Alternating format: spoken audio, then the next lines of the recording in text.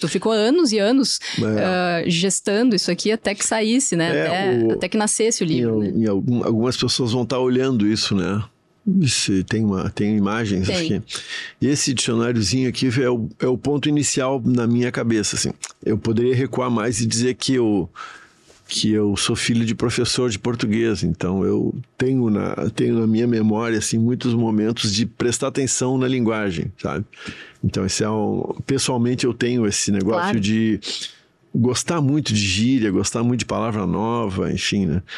Mas objetivamente aconteceu com esse dicionáriozinho aí chamado Mataburro Lunfa, que é super charmoso e tal, né? Ele tem esse fileteado, que era uma coisa característica de Buenos Aires, né? Pintava ônibus com isso, carroça e tal.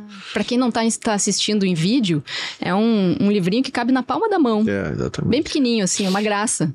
E aconteceu que eu estava em Buenos Aires com um amigo, um querido amigo já falecido, Antônio Aladrem, que naquele momento a gente estava viajando para Buenos Aires e o contexto, olha só, o contexto era uma conversa sobre ensino de espanhol no ensino médio aqui em Porto Alegre. Eu dava aula num colégio aqui em Porto Alegre, Colégio Anchieta, dei aula também em outros, militar, israelita e tal, mas lá no Anchieta a gente começou logo a ter aula de espanhol e o Toninho, esse era professor de espanhol.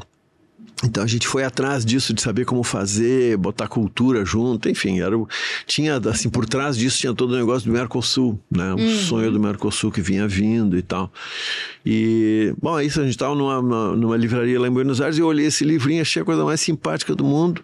Aí Mata Burro, eu me lembro que meu pai chamava o dicionário de Amansa Burro, né?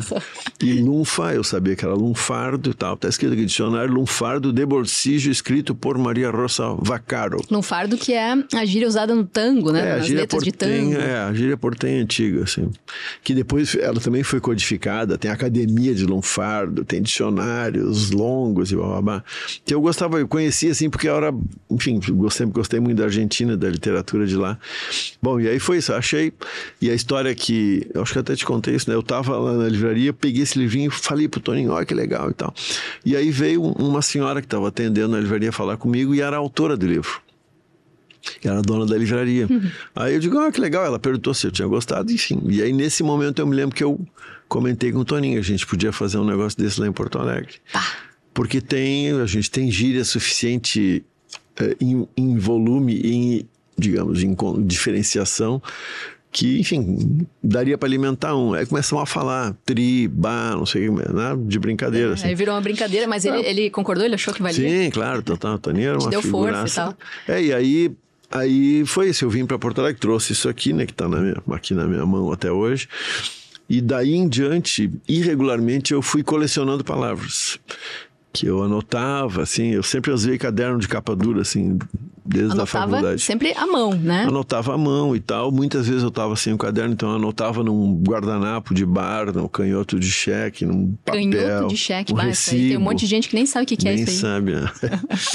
Isso, e aí eu chegava em casa e ao longo do tempo eu tinha uma caixa de sapato, literalmente uma caixa de sapato, no qual eu ia botando esses papeizinhos. Então tinha um monte de papel extraviado, né? Essa caixa ainda existe? Não, a caixa se foi, e os papeizinhos também se foram, né? Porque eu ia anotando e rasgando, jogando fora, né? Isso aí tinha que ter guardado, né? E aí o que eu guardei foi esse caderno aqui. Tá. Que eu comecei a usar em abril de 1990, o caderno é mais antigo, mas eu comecei a usar, eu anotei aqui, convertido em rascunho do dicionário de Porto Alegre em abril de 1990, né?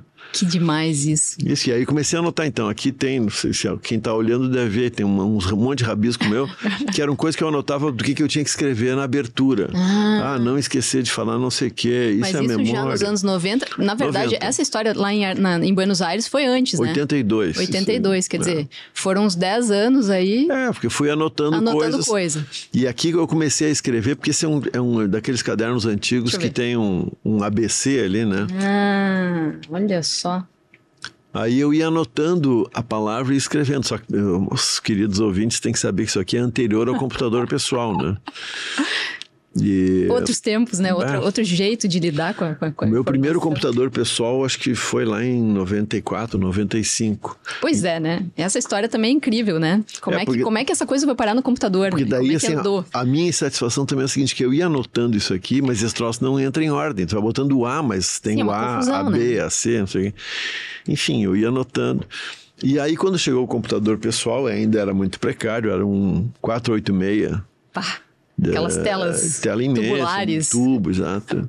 E, naturalmente, eu era muito tosco, assim, né, para usar. E os aplicativos, como se diz hoje, os programas eram também muito ruins, né? Ruins não, mas precários. Rudimentares. E aí eu comecei a anotar, a escrever lá, mas ou eu não sabia fazer um comando assim para botar em ordem alfabética, né? E aí aconteceu que nesse tempo eu estava trabalhando aqui na prefeitura, aqui pertinho de onde nós estamos agora, no Centro Municipal de Cultura, na área do livro. E estava trabalhando conosco ali o Ney Lisboa, ninguém menos que o grande Ney Lisboa, que estava num momento, enfim, meio desarvorado com a carreira dele, e ele tinha aprendido programação, e ele estava trabalhando com editoração, trabalhava para editoras em Porto Alegre e tal. E aí ele fez para mim, eu acho que se chamava uma macro, é assim que chamava, será? Como se fosse um programinha que ajudava a botar as coisas em ordem. Tipo um ficheiro, assim. Um ficheiro, exatamente. E aí aquilo foi uma maravilha, porque daí eu escrevia e o negócio entrava na ordem, entendeu? E depois ainda era um programa que eu acho que chamava fichário mesmo, ou ficheiro, sei lá. Uhum.